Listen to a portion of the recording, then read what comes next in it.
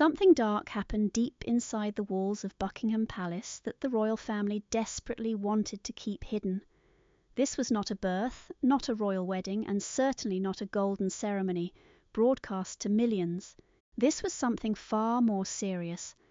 A secret document carried down palace hallways long after midnight, sealed in deep crimson. Highly sensitive that even the most senior aides were ordered completely out of the hallway before a single signature was placed. And the moment Princess Anne finally stepped out of that private room beside King Charles III that night, her tense expression spoke volumes about everything they worked so hard to conceal. This was not routine. This was not a simple ceremony. This was a monarchy bracing for something truly massive. King Charles III had just signed a historic royal order granting his sister Princess Anne one of the most powerful and rarely used titles in the entire history of the British Crown, Princess Royal Regent. The very second that pen touched paper, absolutely nothing inside the House of Windsor would ever be the same again. Stay tuned, because what unfolded behind those ancient palace walls is truly historic. All those secret meetings, the quiet alliances, and the desperate factions scrambling for power is the kind of royal drama that only surfaces once in a generation. And the deeper you look into this scandal, the more you realize it was never actually about a simple title. This was about pure survival during a night no one was ever supposed to discover. So let us start with what we actually know, or rather what managed to leak out past the carefully constructed walls of royal silence. This private meeting did not appear on any official schedule, and there was zero public announcement. There was no carefully worded press release softening the massive significance of the occasion, and no familiar language of routine royal business designed to keep the public calm and entirely uncurious. According to reliable sources familiar with palace operations, King Charles suddenly summoned Princess Anne for a private meeting at a moment when the monarchy itself seemed to be holding its breath. Just think about what that actually means for a second. This is Buckingham Palace, one of the most meticulously managed, schedule-obsessed institutions on the entire planet. Every single royal engagement is carefully logged, briefed, coordinated, and communicated through layers of staff whose entire professional existence relies on tightly controlled messaging. An unscheduled meeting of this high-stakes nature in the middle of the night, with aides forcibly removed from the corridor. A thing like that does not happen by accident. It only happens when someone inside has decided that what is about to unfold cannot risk being witnessed by the wrong eyes. Insiders familiar with the tense atmosphere inside the royal household that night describe a king who looked incredibly tired but absolutely not uncertain. There is a massive difference, and it matters enormously. Exhaustion is purely physical. Uncertainty is structural. King Charles may have been carrying the heavy weight of illness in his body, but the difficult decision he was preparing to make had clearly been weighing on his mind for a very long time. One source described the mood in that room as resolute. It was the kind of resolve, they said, that only appears when a leader has stopped questioning whether a painful thing must be done and has simply accepted that the time has come to do it. So what exactly was written inside that sealed crimson dispatch, the secret document that changed everything? For decades, Sir Timothy Laurence has existed quietly in the shadows of Britain's royal world, present, steadfast, and yet almost completely invisible. His name rarely appears in major headlines, his voice seldom heard beyond palace walls. He is not a prince, nor is he a man of grand spectacle. However, those who have closely watched the royal family know that silence in the House of Windsor is never a sign of weakness. It is often a strategy, and Sir Timothy has mastered it completely. Born in 1955, Laurence built his life not on glamour but on discipline. As a career naval officer, the sea shaped his path, always calm on the surface but deeply controlled beneath. He graduated from the prestigious University of Durham, trained with ultimate precision, and climbed through the Royal Navy's ranks with quiet distinction. His colleagues described him as methodical, unfailingly polite, and discreet, which are qualities that in the world of monarchy are far rarer than titles. In the 1980s, his course crossed with destiny. Appointed as an equerry to Queen Elizabeth II, Laurence quickly became part of the inner machinery of the royal household. He organised tight schedules, accompanied the Queen on public engagements, and learned to manage the delicate balance between duty and absolute secrecy. But within this service, something completely unexpected happened. He met Princess Anne, the Queen's only daughter. At that time, Anne was weathering severe personal storms. Her marriage to Captain Mark Phillips had already begun to unravel, and the press swarmed like hawks around every shadow of scandal. Yet within that deep turbulence a quiet companionship formed. Timothy Laurence was entirely different from those around her. He was disciplined but kind, reserved, yet incredibly steady. Over time, what began as professional trust deepened into something far more personal and human. By 1992, their bond became undeniable. That December, in a modest wedding at Crathie Kirk near Balmoral, Princess Anne married Timothy Laurence. It was a royal wedding stripped of pageantry, defined instead by true sincerity. But unlike so many others who enter the royal circle, he received no title, no princely honours, and no official role. He became simply her husband, a man without a crown or courtly rank, standing 2 steps behind, yet always right beside her. And that is exactly where he remained. Through decades of state occasions, long foreign tours, funerals, and endless family crises, Sir Timothy was always there, never as the centre of attention, but as the steady presence behind it. His deep loyalty was quiet but unwavering, his composure completely unbroken. To the public he was the man in the background. To the family he was something far rarer dependable. So when King Charles III recently conferred upon him the prestigious title of Knight Grand Cross of the Royal Victorian Order, those who understand the hidden language of monarchy immediately took notice.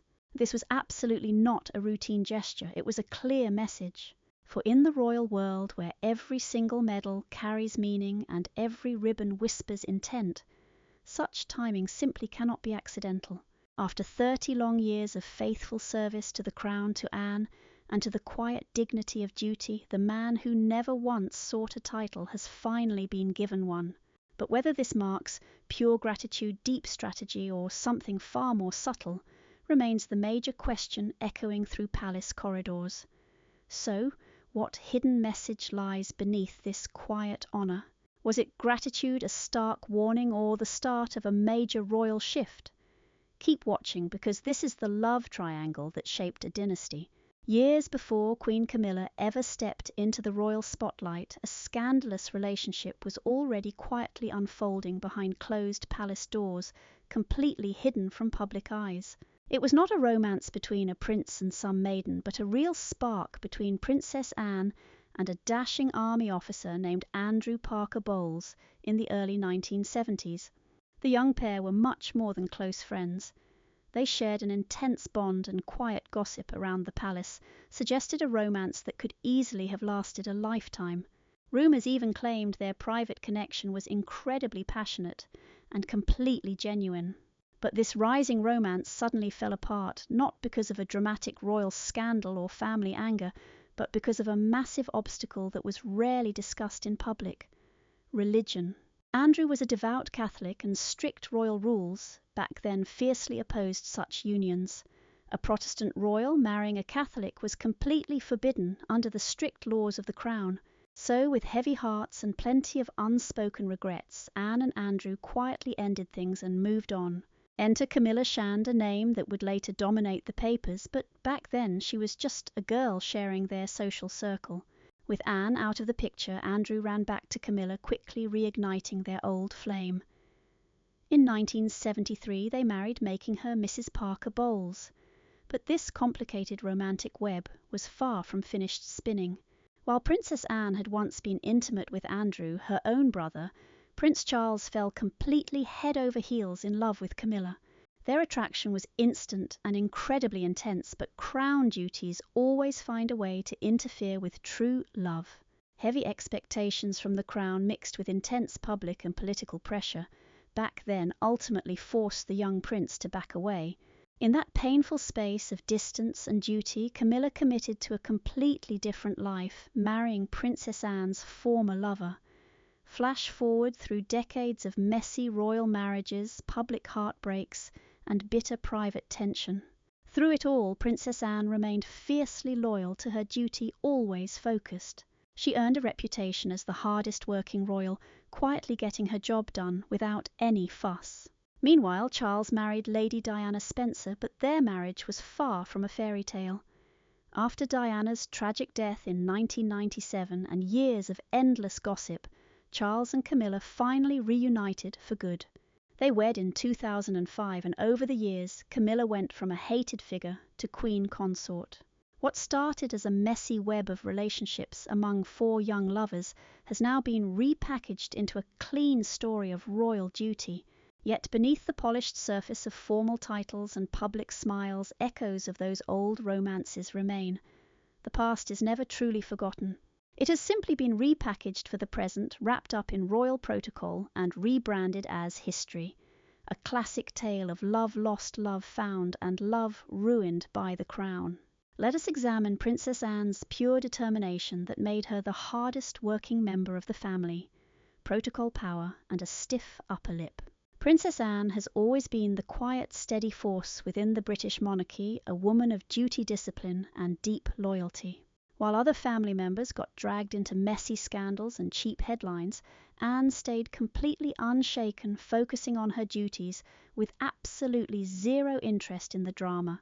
Her reputation as the royal family's no-nonsense backbone is not just a cheap label, it is a legacy earned through decades of service.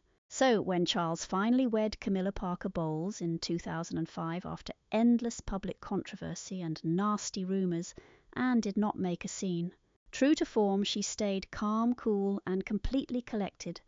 But that certainly did not mean she supported the match. It was not just that Camilla was a magnet for media scandal or that her affair with Charles broke hearts inside the palace. For Anne, this was deeply personal. Remember, Camilla was once married to Andrew Parker Bowles, who also happened to be Princess Anne's former lover. That messy shared history was impossible to ignore. On top of that, Camilla and Charles's affair had, in the eyes of many, completely shattered ancient royal traditions, so it is no surprise Anne kept her distance. There were never any angry press statements or explosive public drama.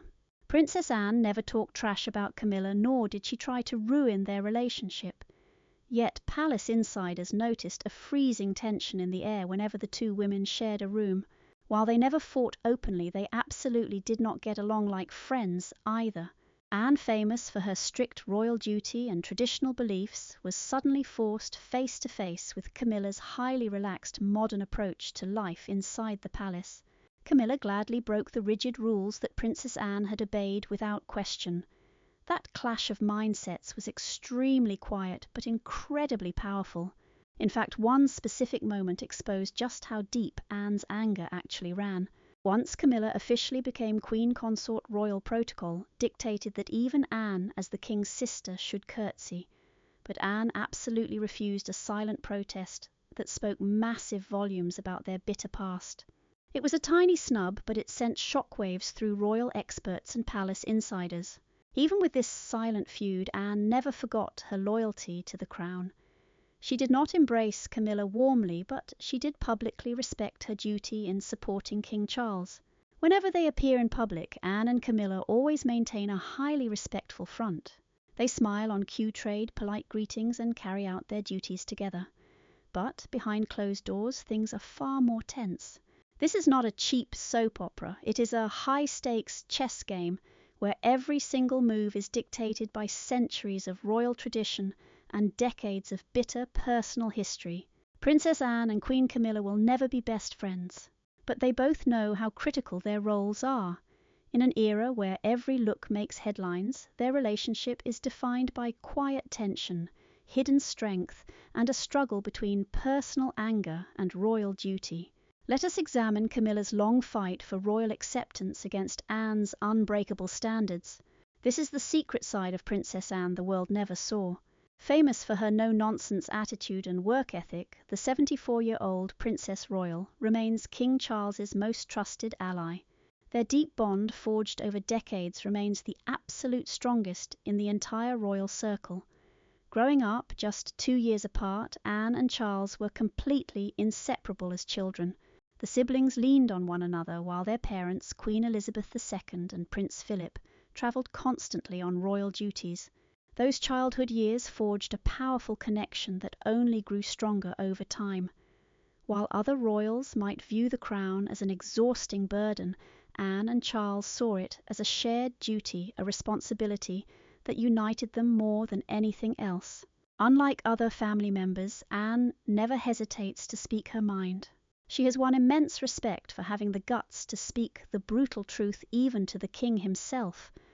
Charles deeply values her rare honesty, and she remains one of the very few people he completely trusts.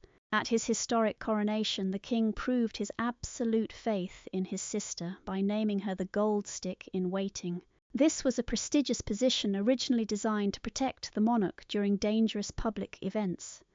It was far more than a ceremonial duty. To Charles, it was an obvious public sign of his trust. Behind closed doors, Anne is reportedly the first person Charles calls when the pressure gets heavy. She offers blunt, straightforward advice even when her opinions clash directly with his official plans. But their relationship is not just about duty and serious discussions. The siblings share a sharp sense of humour that keeps their bond wonderfully light-hearted. They are frequently seen laughing together at stuffy official events, teasing each other in public with the warm affection only siblings share. At a major charity event held inside Buckingham Palace, Anne playfully thanked King Charles for letting her use the venue, remarking with a broad smile, "It does help." It was her signature blend of dry wit and charm, transforming a stiff royal gathering into a warm, cheerful moment. Of course, their incredible closeness often leads to amusing mix-ups. During one high-profile public outing, an announcer mistakenly introduced Princess Anne as the Prince of Wales. Without missing a beat, she rolled her eyes and muttered, "There is a worry." On another occasion, Charles shared that during a visit to a care home in Scotland, someone asked if he was the Princess Royal. Recounting the story later, Anne laughed and joked, "And I am wearing trousers today." It is exactly these playful teasing exchanges that highlight the genuine ease between them. Rare in royal life, their deep friendship survived every chapter of their lives, from the thrill of Anne's Olympic days to the deep grief of losing their mother in 2022. Throughout those dark, difficult days, they stood shoulder to shoulder at public ceremonies, comforting each other with quiet understanding. When words failed them, their silent, shared strength spoke volumes. Anne's down-to-earth personality makes her one of the most respected royals. She raised her children Zara and Peter without royal titles so they could live completely free lives. Her incredible courage also stands out. During a terrifying kidnapping attempt back in 1974, she famously told her attacker, "Not bloody likely." That courage mixed with deep humility defines who she is. Even the king is not spared her quick wit. Anne reportedly calls her older brother Old Bean, a funny, affectionate nickname. But underneath that silly nickname is a monarch who has endured immense personal struggles and made massive sacrifices that only his immediate family will ever truly understand. How well do you actually know King Charles without the crown, and what about a quiet private promotion that spoke absolute volumes? The news first appeared in a single line of tiny print, so incredibly brief that almost every reader missed it. It was a routine entry in the Royal Court Circular, nestled quietly among the daily official schedules. But for those who follow the coded language of the British monarchy, that quiet announcement carried immense unusual weight. King Charles III had elevated Sir Timothy Laurence, Princess Anne's fiercely loyal husband, promoting him from Knight Commander to Knight Grand Cross of the Royal Victorian Order, the highest rank in that centuries-old exclusive honour. At face value, it was a standard formal recognition, the kind that typically passes without public fanfare. Yet beneath its polished restraint, this gesture shimmered with much deeper meaning. The Royal Victorian Order established by Queen Victoria in 1896 is unlike any other accolade in the British honours system. It is not awarded by government ministers or committees, nor is it influenced by political favours or public campaigns. Instead, it is the monarch's deeply personal acknowledgement serving as a direct, intimate expression of gratitude from the sovereign himself. So when the king decided to bestow this highest possible rank upon his sister's husband, the true message was incredibly clear. This was not about stiff royal formality. It was about trust, loyalty, and quiet service. The title of Knight Grand Cross is exceptionally rare. Those who hold it form an incredibly small circle. This elite group includes Queen Camilla Catherine, the Princess of Wales, and the Duchess of Edinburgh. For Sir Timothy to stand symbolically alongside these high-ranking figures speaks massive volumes. This honour does not make him royal by blood, nor does it grant him any new constitutional power. He officially remains a private citizen. But in the theatre of royal life, symbolic gestures often outweigh official status. Every single choice, every minor title, and every medal pinned to a chest tells a deeper story. And this particular honour feels like a quiet whisper of reassurance during a highly uncertain period. Because the undeniable truth is the monarchy's foundations are actively shifting under their own immense weight. Illness, painful loss, and scandal have thinned the front line of working royals. The monarchy has grown smaller, leaner, and far more fragile. King Charles is battling serious personal health struggles while facing the immense pressure of modern expectations. Meanwhile, Catherine, the Princess of Wales, continues her recovery far away from public life. Even Princess Anne, famously known as the hardest working royal, cannot carry this heavy burden all by herself. In times like these, the quiet figures who provide steady, unseen support to the crown become absolutely vital.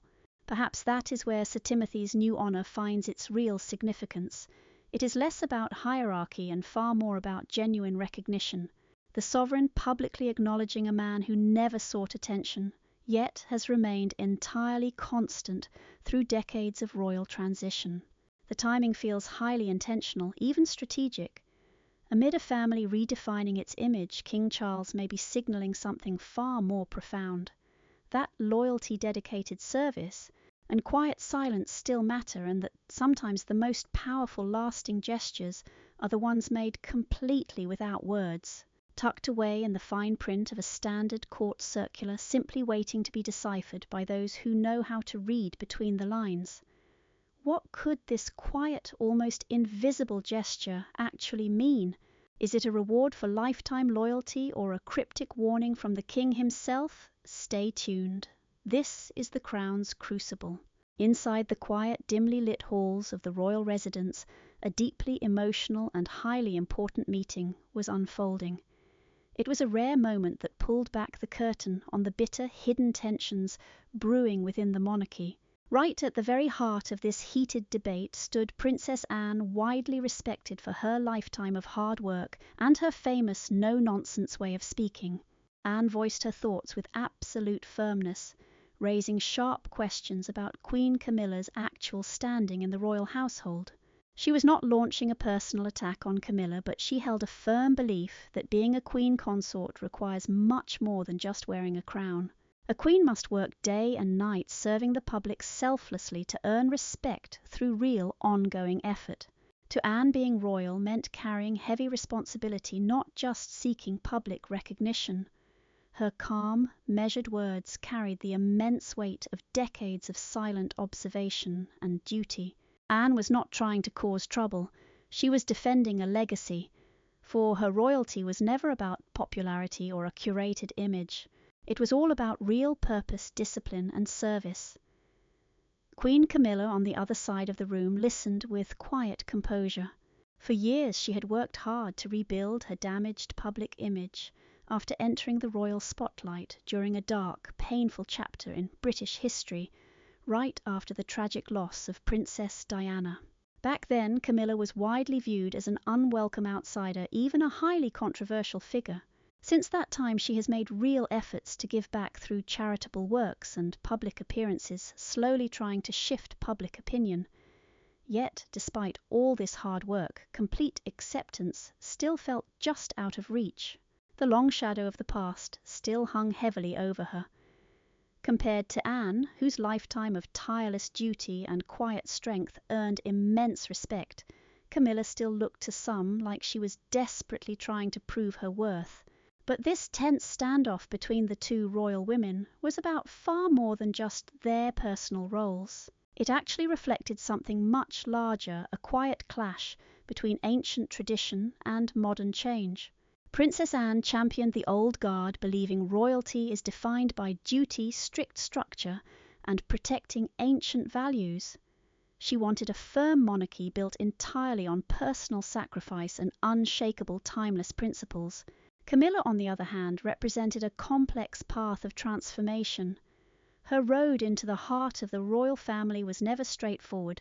It was packed with harsh public judgment, emotional struggles, and years of hard work to rise from scandal to royal acceptance. She became the face of a modernizing institution, perhaps more relatable, but also far more vulnerable. This meeting was not just another routine royal chat. It served as a powerful symbol of the palace's deep inner struggle to find its proper place in a modern world. Can centuries-old traditions really coexist with current demands for total transparency, relatability, and emotional intelligence? Could someone like Camilla, who started her difficult royal journey without any public support, ever really be embraced as a true queen consort like those who were born directly into these roles? These heavy questions lingered in the air long after the meeting wrapped up. Princess Anne, ever devoted to her lifelong duty, walked out of the room with her trademark quiet dignity. Camilla, poised but looking thoughtful, stayed behind, carrying the heavy, unspoken weight of expectations and the relentless pressure to keep proving herself. In that silent palace chamber, a new chapter of royal reckoning was being written. This was no longer just a question of who held which title. It was about how the entire royal family would define its identity for future generations. Would they cling tightly to their proud ancient traditions, or make room for fresh faces and new stories, even those with highly complicated pasts? The real answer seems to lie somewhere in the vast space between Anne's absolute devotion to duty and Camilla's complex ongoing quest for acceptance. Within that incredibly delicate space, the very future of the British monarchy unfolds one frank, honest conversation at a time. Let us take a closer look at the unique bond between King Charles and Princess Anne, which surely plays a big part in how she views Camilla, a relationship defined by sibling shadows. Looking beyond the crown, King Charles is simply a big brother to three siblings who have walked beside him from early palace life to public service. Charles was the firstborn, followed closely by his only sister, Princess Anne, and then his younger brothers, Prince Andrew and Prince Edward. Together they made up one of the most famous families on earth, spending their entire lives balancing royal duty and family tradition. Charles was born on November 14, 1948, making him the absolute first in line to inherit the throne. Just 2 years later, Anne arrived on August 15, 1950, and the close pair became constant companions during their early childhood years inside Buckingham Palace. A decade later, Prince Andrew joined the family in 1960, and the youngest Prince Edward followed in 1964. With nearly 15 years separating the eldest and youngest, Charles naturally assumed a protective guiding role as their big brother. Growing up inside the royal household was definitely not ordinary by any means. The siblings frequently stood beside their mother during her historic record-breaking reign, supporting her through decades of public ceremonies, charity work, and demanding global tours. As they grew older, each sibling carved out their own unique space within the royal system. Yet their loyalty to the crown never once wavered, and today that shared devotion binds them even closer together. Since King Charles took the throne and started his tough battle with cancer, Princess Anne and Prince Edward have remained constant, steady figures of support. They have quietly stood right beside their brother, just like they did during their mother's long reign. This deep unity proves that beyond royal titles and grand traditions, The family's true strength lies in personal bonds. In return, King Charles has always shown deep, genuine care for his siblings. When Princess Anne suffered a concussion and minor injuries in an accident at her country home in June 2024, he quickly sent his love and warmest wishes through a heartfelt palace statement. It was a brief but meaningful reminder that even royals must lean on family during tough times. Just like their parents, all 4 siblings went on to raise families of their own. King Charles has his 2 sons, Prince William and Prince Harry, while Anne Andrew and Edward each raised 2 children as well, giving the late Queen Elizabeth a total of 8 grandchildren. Anne was the first to marry, tying the knot with Olympic writer Mark Phillips in 1973. Prince Andrew followed in 1986 when he married Sarah Ferguson, introduced to him by Princess Diana. Before their messy divorce in the 1990s, the couple welcomed 2 daughters, Princess Beatrice and Princess Eugenie. The youngest royal sibling, Prince Edward, married Sophie Rhys-Jones back in 1999, and they share Lady Louise and James Earl of Wessex. Lately, Princess Anne and Prince Edward have stepped up as crucial councillors of state, a vital position that lets them stand in for King Charles if he is travelling abroad or feeling under the weather. Typically, this duty is reserved for the monarch's spouse, along with the first 4 adult heirs in the succession line over 21. But with Prince Harry and Prince Andrew sidelined as non-working royals, a 2022 law expanded this inner circle so Anne and Edward could step up, proving the king's ultimate trust in them. Princess Anne remains one of the royal family's absolute strongest pillars. In 2023 alone, she completed 457 royal engagements, even outworking the king. Ever since she turned 18, she has been incredibly active in public life, greeting crowds worldwide and backing hundreds of charities.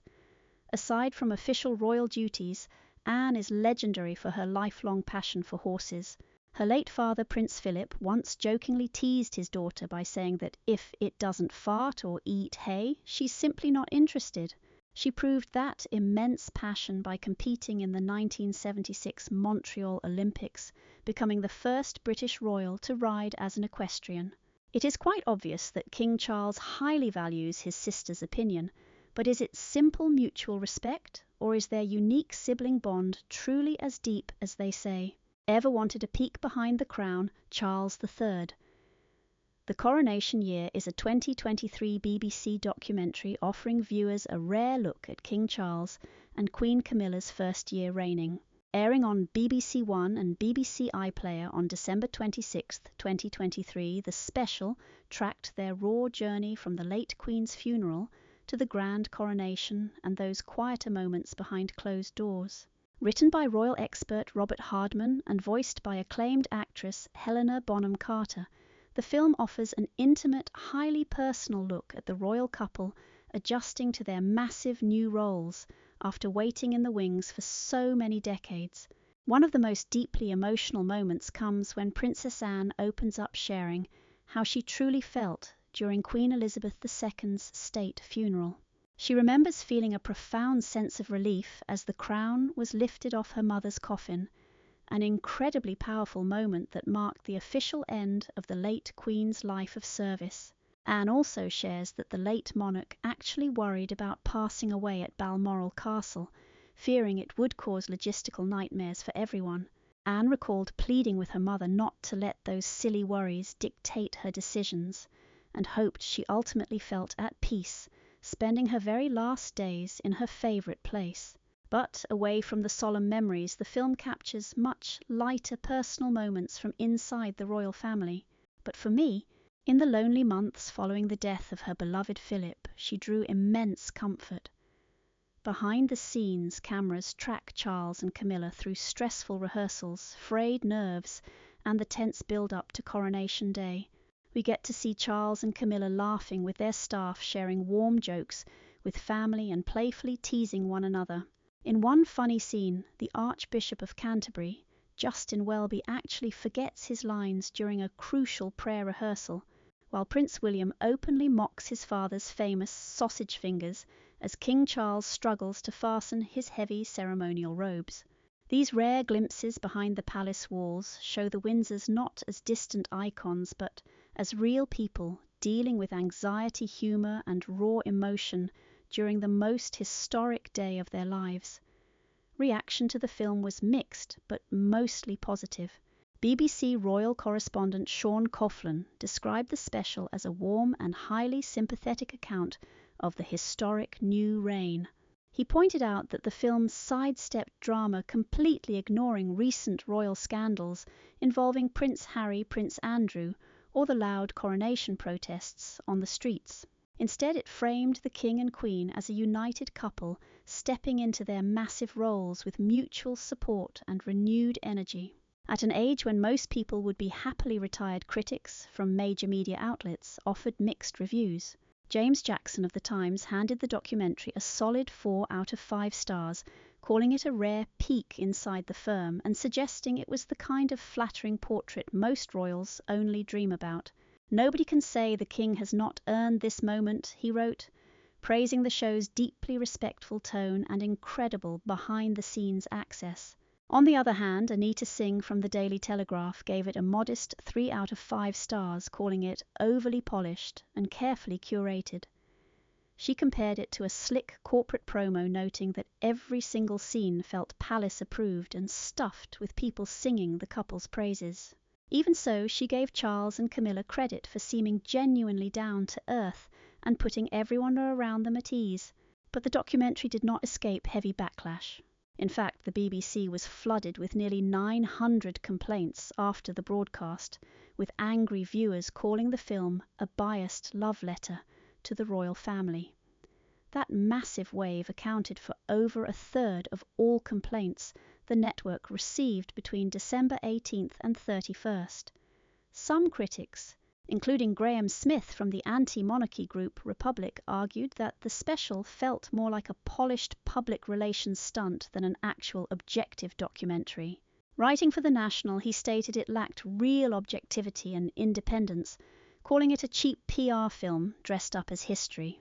Even with the backlash Charles III, the coronation year succeeded in giving the public a rare, intimate look at a historic British transition.